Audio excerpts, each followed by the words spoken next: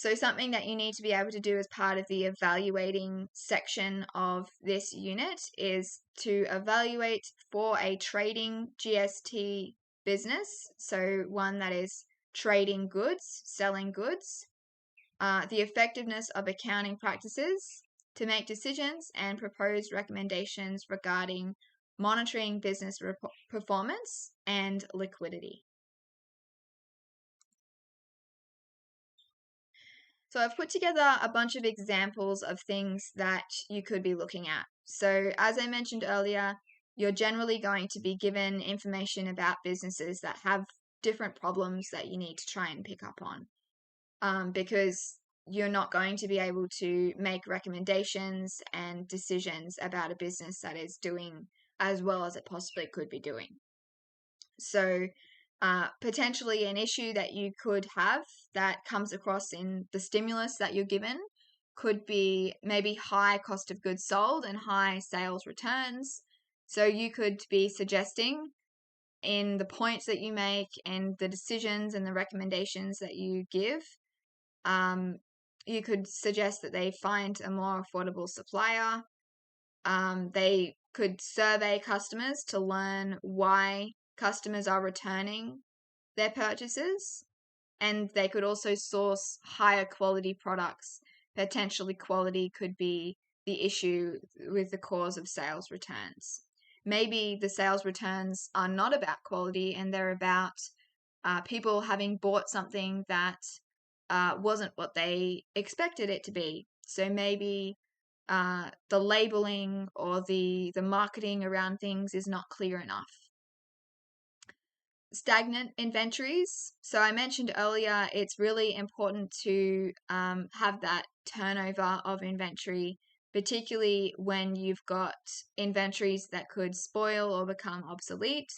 So you could be suggesting that the business sells those stagnant inventories at discounted rates to make room for stock that's going to generate the revenue. They want to make the most use of the space that they've got to store inventories. And then, of course, you also would suggest avoid purchasing those poor selling inventories in the future. Maybe they need to better plan for their stock. Maybe they need to have more of some things and less of others. Maybe they need to introduce whole new lines of inventories and get rid of whole lines of other inventories. If the business has an inventory shortage, then there's lots of possibilities with this. You could be suggesting, if they don't already know, you could suggest that they investigate the cause of the shortage. Of course, that's the number one thing they would want to do. Improve record keeping. That could be a problem if the records aren't being kept up to date enough, and so they weren't aware of shortages at an earlier time. Increasing the frequency of stock takes can make them aware of any discrepancies earlier.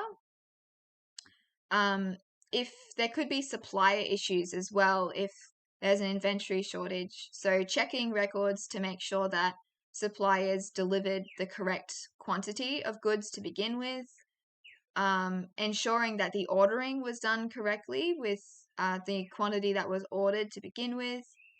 And if it's likely that inventories were stolen, you could suggest that they implement measures to try and prevent that in future. So CCTV cameras and alarms as well.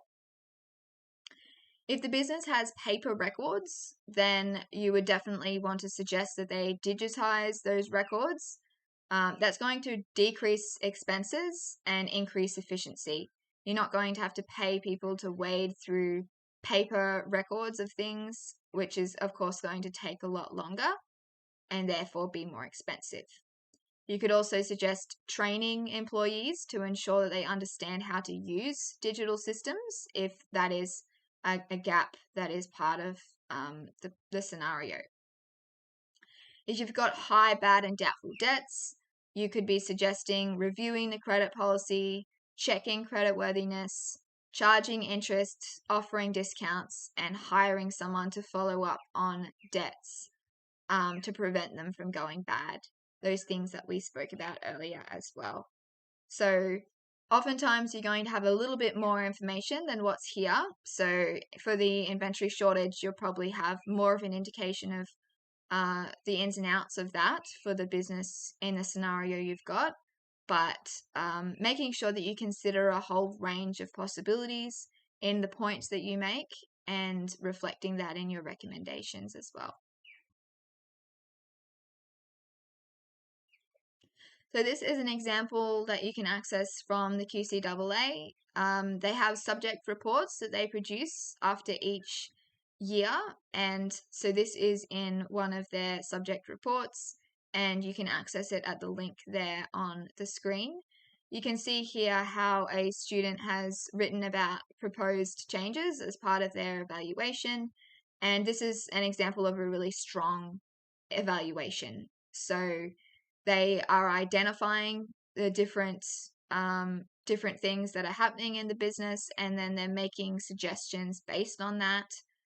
They're making sure that they justify things along the way as well. So for